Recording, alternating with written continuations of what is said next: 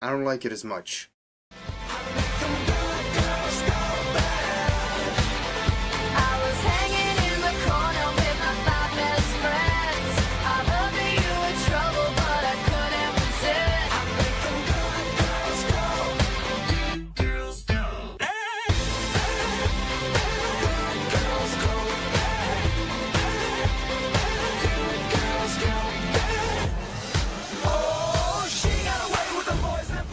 On June 12th, 2015, Phineas and Ferb will be ending its run after 4 seasons and almost 7 years on the air.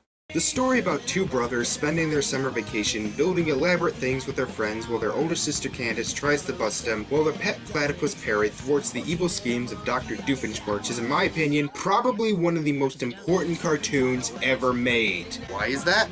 Well, some of you may remember there was a dark time between 2005 and 2009 where animated shows on television seemed to be flat out dead.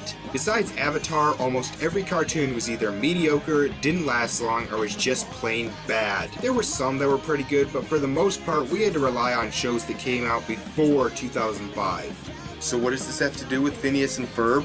Well, keep in mind that this show premiered in 2008, when cartoons were at their lowest. Most of the good shows from before were ending, live-action shows had pretty much taken over, so much so that even Cartoon Network was airing them, and most new shows were just flat-out terrible. But then this show aired, and while it didn't fix it right away, animation does take a while after all. I think it led to the animation renaissance we're in now. Because just 2 years later, in 2010, cartoons started to get really good again. Cartoon Network premiered Adventure Time and regular shows, starting the next Cartoon Network renaissance. The Hub debuted with big hits like MLP and Transformers Prime, and now there's a bunch of good animated shows on. And I don't think any of it would have happened if it weren't for Phineas and Ferb, showing that if you put real effort and creativity into a show, you can actually make it successful. Then again, maybe I'm wrong. Maybe it was just a fluke. But I really do feel that this show is at least a little responsible for animation on television being so good nowadays. I bring this all up because that means when this show had a bad episode, it hurt even more. And none were more painful than the second season finale. Yes, seriously. Candace gets busted. Okay, first thing wrong with this episode, the title. It completely spoils the ending of the episode. In the episode the title is ripping off, Phineas and Ferb get busted, that was at the beginning, and it wasn't what the whole episode was building up to. This episode is all about Candace trying to stay out of trouble, so because the title spoils it, there's no suspense. We know what's gonna happen, and maybe if you had subverted our expectations, it would have been kinda clever, but they don't. Spoiler alert, by the way. Imagine if Mrs. Puff You're Fired were about her not wanting to lose her job, and then at the end losing it, falling into a deep depression, and then trying to kill SpongeBob via demolition oh wait. So the episode starts with Linda and Lawrence, the kids' parents, leaving to go to an antique showerhead convention. They leave Candace in charge and tell her not to hold any wild parties. You know how much I love wild parties. Weird, since this is not the first time they have left Candace in charge of the boys for extended periods of time. In fact, that happens a lot. Like, a lot. So why are they so worried about her having a party now? Mom and Dad, your cab is here. Bye, hon.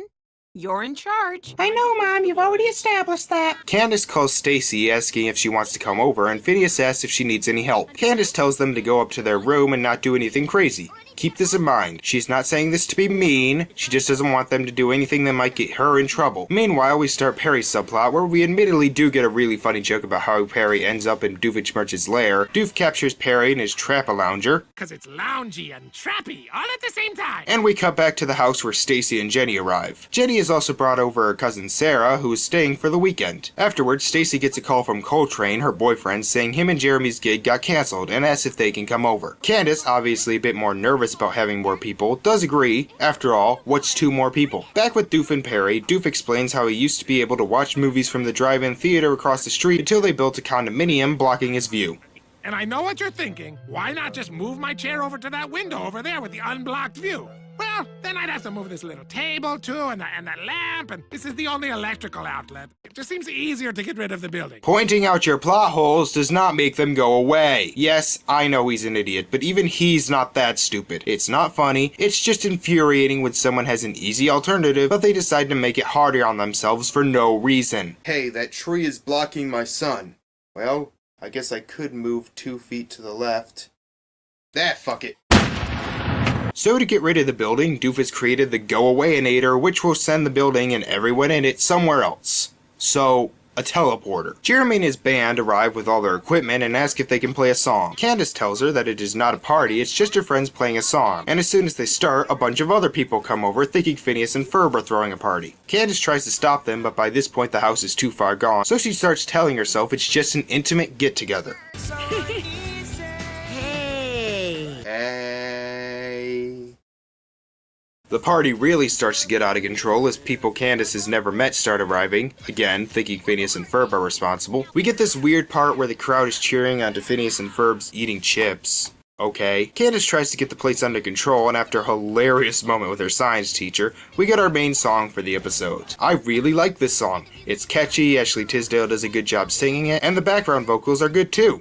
It's not a party, it's an intimate get-together. Candace party, Candace party. Don't call it that, it's just a get-together. Candace party, Candace party. Although this does show her trying her absolute best to make sure that nothing is broken and they don't make a mess, this will become a problem soon. Linda calls home, and despite Candace trying to lie, she figures something is wrong and they decide to go back. Back with Doof and Perry, Perry escapes, somehow, and punches Doof. Then back at the house, yeah, the pacing is really weird in this episode, Candace moves everyone outside to try and get them to leave, but they won't. Their parents come home in their car despite saying they were taking a cab earlier. Doof starts his machine, but Perry knocks it over, making the partygoers disappear.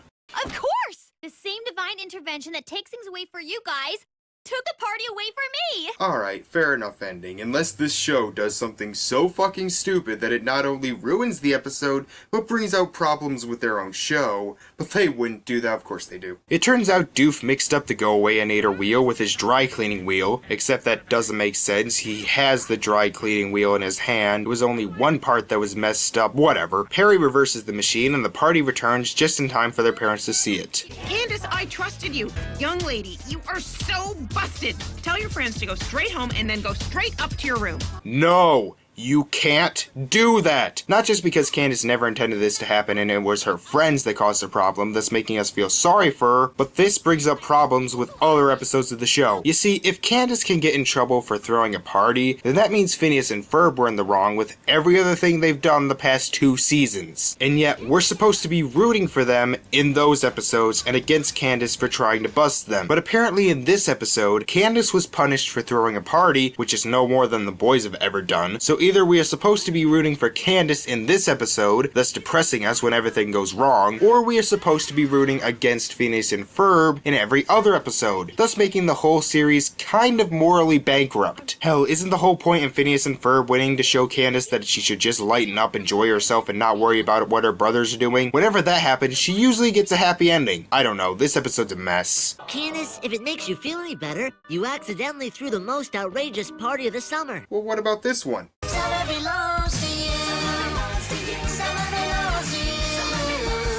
So Perry returns after apparently tying up Doof in his own pants. Man, wish we could have seen that, but again, whatever. And in the end, we get an episode with almost no creativity, the most likable character getting punished, and an ending that not only ruins the episode, but almost ruins the show in general. That takes talent. Despite the great song, I think we should just forget this episode existed. That way we can remember the show for basically saving the television animation industry, and not for the show where the bad guys win every single time.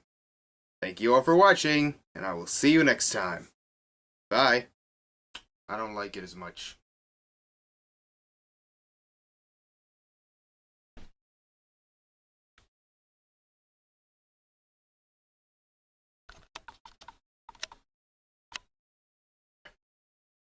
Anju?